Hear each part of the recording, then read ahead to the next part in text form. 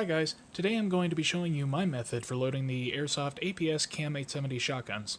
Now this method can be done at home and eliminates the need for the expensive packing papers and plastic wads, and also gives you the freedom to customize your load to whatever conditions you're using it in.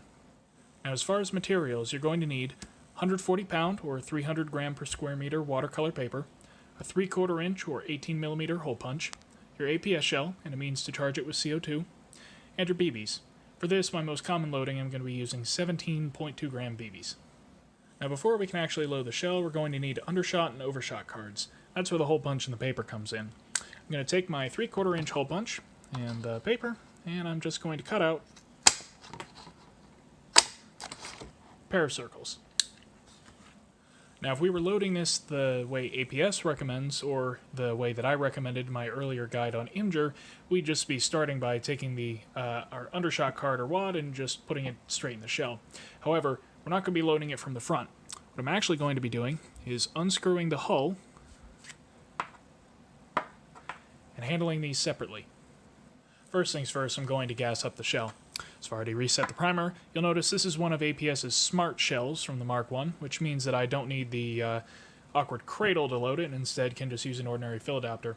Now, APS makes their own adapter specifically for the smart shells that has an extended neck so that you can reach the valve even with the hull screwed on, but I find that that one has a tendency to leak. So I'm just using an ordinary fill adapter of the kind that you would use for 40mm grenade.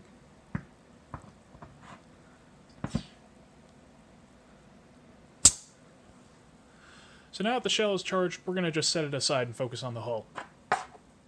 Okay, now for the fun part. I didn't mention this in the materials, but it'll help if you have something just a little bit narrower than the shell. In this case, I'm using a 500 Smith & Wesson casing, but plastic dowel or really anything just a little bit narrower than the hull will do.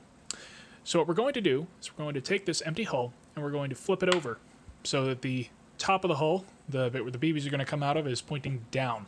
I'm going to take this paper card, situate it on top of the shell. I'm going to use my tool. Get a better shot of that. I'm going to use this tool to just push the card gently all the way down through the hull until it seats on the bottom.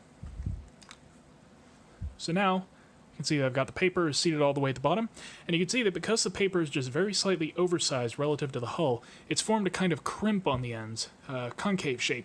This is going to help keep it in place, but it also means it's going to help keep it aligned when it actually fires out of the barrel. So, I now have my 17 BBs. I could just dump them in, but I find that it's much easier to get them properly aligned if I put them in by hand. So I'm going to start by just dropping 5 in, and just tap to make sure that they form a kind of star shape. You can maybe barely see that. So that's a layer of 5 down at the bottom. I'm going to drop 1 BB in the middle, tap to make sure it goes in the middle, and then another star of 5.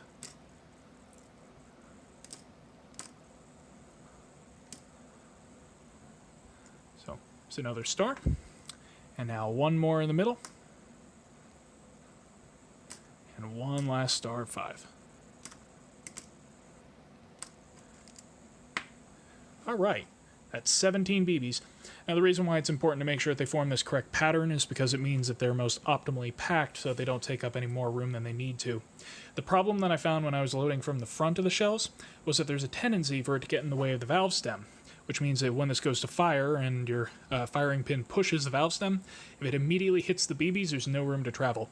The plastic wads that APS sells solve this problem by having a small concave shape on the bottom, but if we're using paper, we need to get around that. So, now I'm going to take my other paper undershot card and my tool again. I'm going to pack this down onto the top of the BBs. I'm going to press it down against the table. There we go. So you can see that that card has done the same thing. It's kind of flared out at the base. And what this means is that when the CO2 travels into this hull, it's going to push on the entire load of BBs, and this card is going to stay aligned because of that crimp around the side.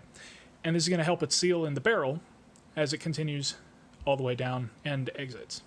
And what that means is that you're actually going to get considerably higher muzzle velocity with this than you might get with either loading from the front, as I previously suggested, or even than the plastic shot cups, With this load of 17 BBs, I've been able to get upwards of 350 FPS from a 24-inch barrel.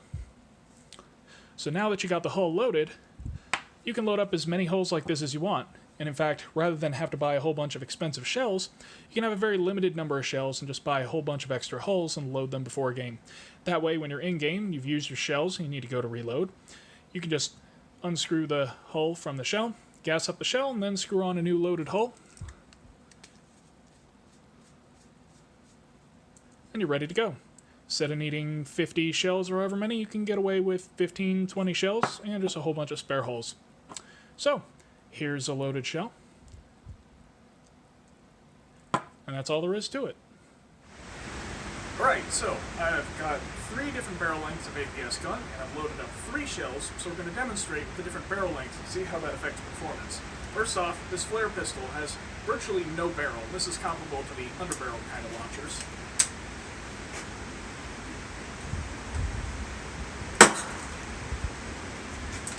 So BBs go absolutely everywhere, decent velocity, but absolutely no consistency to the spread. They're going to go wherever they want.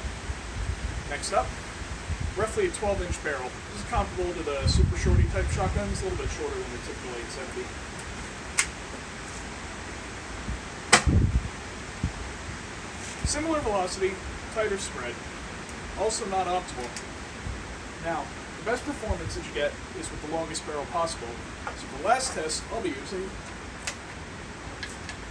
completely unmodified CAM870, except that it happens to be stuck in a bullpup frame so that it can have a 24-inch barrel without being excessively long.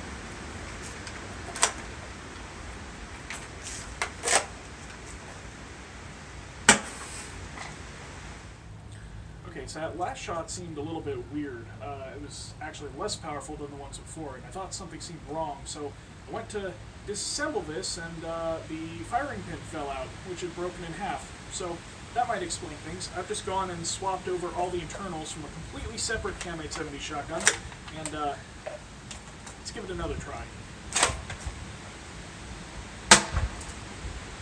Yeah, it's a little more like it. About a man-sized spread at 75 feet, still very capable of hitting someone at 100, 125, and that's all because of the 24-inch barrel. There you have it.